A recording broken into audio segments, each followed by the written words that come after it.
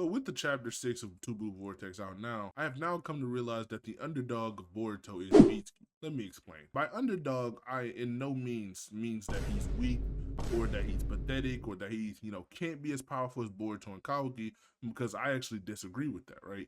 He has Sage Mode, he has the potential of anyone, he can train, and the new generation is just stated to always surpass the old generation. I think anything within Boruto is possible. That being said, the whole time skip have been following the main character, that being Boruto, and showing us all of the gifts and power-ups that he's received from his various masters, that being Kashin Koji or Sasuke, and even some abilities that he may have obtained from just being an Otsutsuki himself. And while glorifying Boruto and showing how he's just the epitome of what a ninja should be, it kind of leaves the question of, without counting the new Otsutsuki villains or the new God Tree villains, can he be stopped? Especially by someone that isn't Kawaki, because we of course know Kawaki destroys the village and fights Boruto, I guess at the end of Boruto 2 Blue Vortex or whenever that fight might happen. So it kind of just leaves the question of, who else can compete with people like this? Now I feel like I have to explain this because a lot of people may not understand this, and they kind of go in with this inherent bias that, oh, no one can be on the level of Naruto, Sasuke, Boruto, or Kawaki. No one can be on the level of Code. No one can be on the level of Madara. That's just not true at all.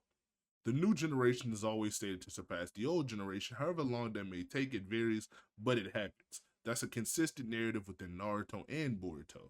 So these people having the potential of their parents plus more, and Mitsuki having a Sage Mode and having to combat threats like Code, Delta, Kara enters, and now these new Otsutsuki like villains, he would have to train and grow at an exponential amount in comparison to what the older generation had to do. We see this with how Sarada, Boruto, Mitsuki, and Kawaki, all as children, can compete with Kara enters. While when Naruto and Sasuke was children, they were kind of struggling with the Chunin exam. It just goes to show you the new generation always just has this super cracked potential. But back to the topic of the video. I by no means mean that Mitsuki is weak. Like I've just explained, I think the opposite. I think anyone in the time skip can be as strong as they want or as strong as anyone else around them. I think Sarada has the potential to be stronger or as strong as Boruto. The same with Kawaki, the same with Mitsuki. Of course, it may be a little easier for Kawaki and Boruto given how they are Otsutsukis and have the aid of karma, but regardless of that, they have the potential to reach that level, and it is possible. It's just that with how Boruto has been portrayed within the time skip, this godly light, this epitome of a ninja, he has the Sasuke techniques, he has the purple lightning, he has the Rasengan Uzuhiko, he's full 100% Otsutsuki, he has the calm demeanor, he has flying Raijin. It's kind of just like, well, what do we have to tell us that, oh, Mitsuki has a fighting chance? Why do we root for Mitsuki, even though Boruto is the main character? Well, it's just as simple as the underdog syndrome. When you see someone who's portrayed to be weaker, who looks weaker, even if it's just your bias and you really have no real evidence for him being weaker than the other guy, it's almost just like you want to root for him because it's like what you're supposed to do. Mitsuki is by no means in the wrong here. Omnipotence has forced him to think that Boruto is Kawaki and that Kawaki has killed the seventh and, injured Boruto. And he's just did all of these horrible things. And Mitsuki, having Boruto in such a high regard and that being like his closest friend and probably closest person to him, understandably wants to get rid of this threat and wants to murder him. He's been holding this grudge since part 1, and it's just been stated over and over that, he's made him so angry, he's at the breaking point. Even within the first chapter, he claims that he is going to off Boruto or going to deal with Boruto, and he just has this angry expression all of the time skip. This partnered with how Mitsuki is just a likable character who doesn't really do anything but tries to protect the MC, the MC that we so love. It just comes at us like, damn, he cares about Boruto a lot. I completely understand him. That's his friend. He's a ride or die. That's how I would want my friend to react if someone stole my life and offed my parents, basically. So that's what kind of shows us that even when he's against the MC like Boruto, and we have much more love for Boruto, it's just kind of forcing us to root for Mitsuki as well. Even though it might just end up being inevitable that Boruto would like beat him up, or Boruto might hold back and still beat him up. It really just doesn't matter. And even with someone like, let's say, Kawaki, who, we don't want to root for anymore, since he did all of this bad stuff to Boruto, However you may feel if he's justified or not, it's still like, damn, why did he do this to the MC that we love? Oh, and Kawaki's also trying to kill Boruto. Kawaki's also trying to beat Boruto. He's also trying to get rid of the threat that is Momoshiki and the Otsutsuki's, which by virtue he would have to literally off Boruto since he is the host of Momoshiki. They both share this same motive in killing Boruto, but we have completely different reactions to both based on the circumstances. And it doesn't help that Kawaki on top of this is just also an Otsutsuki and also has this godlike power just like Boruto. So he's not an underdog by any means. I kind of mentioned this at the beginning of the video, and I would also like to touch on this a little bit more, but I do believe Mitski is the one affected most by Omnipotence. Let me explain. Because with Boruto, yes, he had the life switching around and his parents are still in another dimension, and his master just succumbed to a tree attack by Code.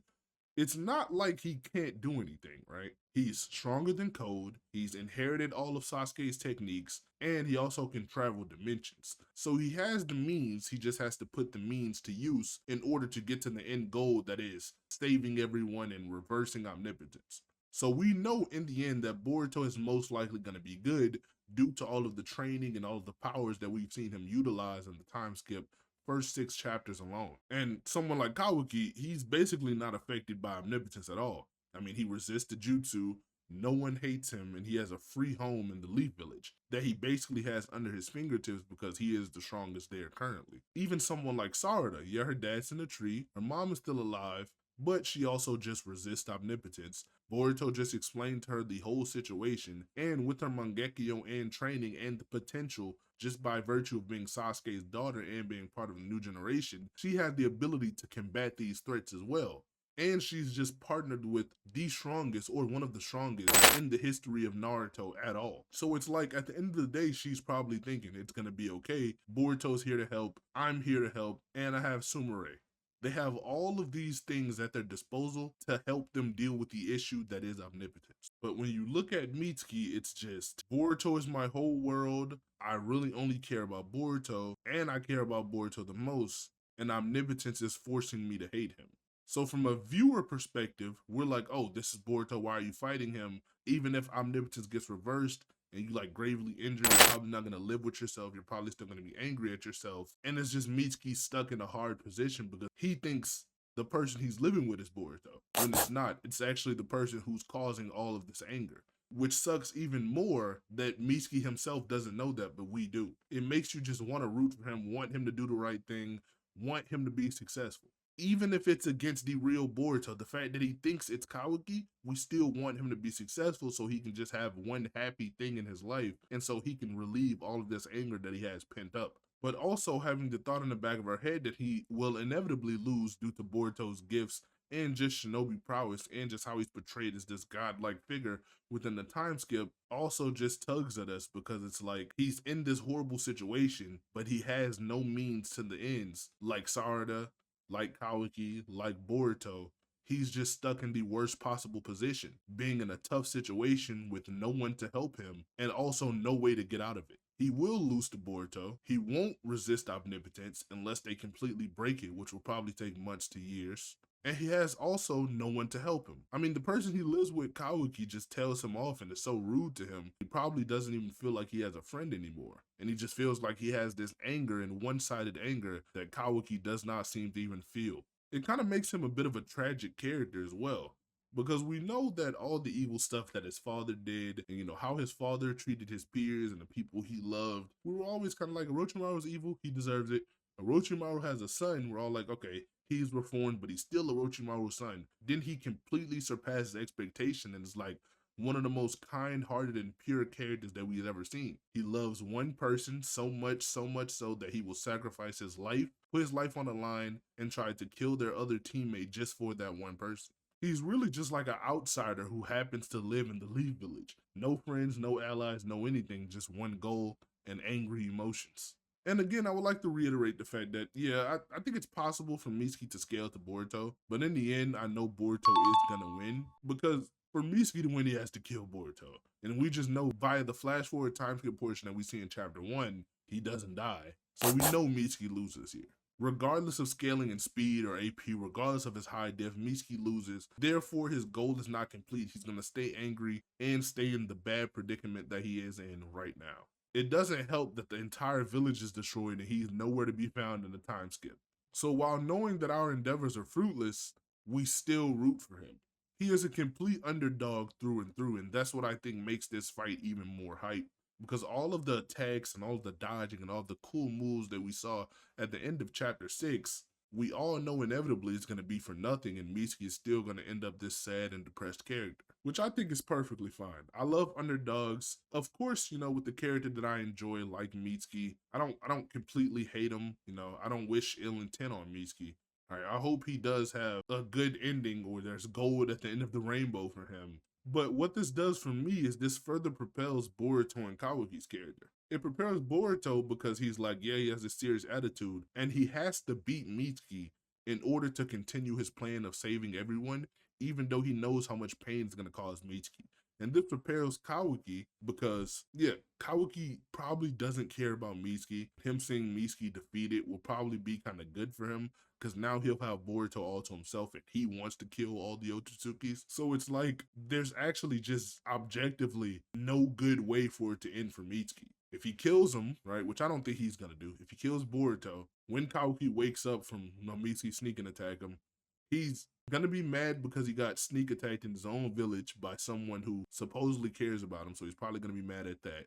And you killed what Kawaki was supposed to kill. So it's like the person who you think Boruto is now gonna be mad at you, getting rid of all of the pseudo temporary happiness that you felt and fulfillment that you felt with killing him in the first place. And we know Kawaki would just kill Mitsuki as well, right? Kawaki has Ishiki's karma. Once he's all riled up, he has access to the dimension where time doesn't flow. He's cooking Mitsuki. It's wraps. So it's a lose-lose for Mitsuki. Mitsuki is just a tragic character stuck in an unwinnable situation. I am most interested to see where his character goes with Two Blue Vortex, because unlike Sarada, Kawaki, and Boruto, who Boruto, you know, already know he's going to continue being super cool. He's going to be the badass MC that we know and love. And I also know that Kawaki, he's going to continue being super cool for me.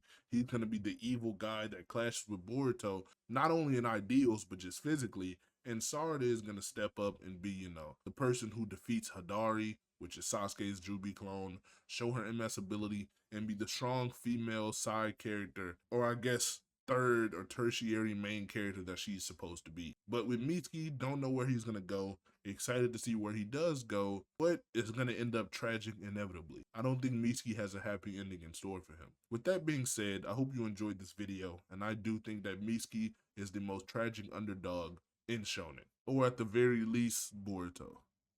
Goodbye.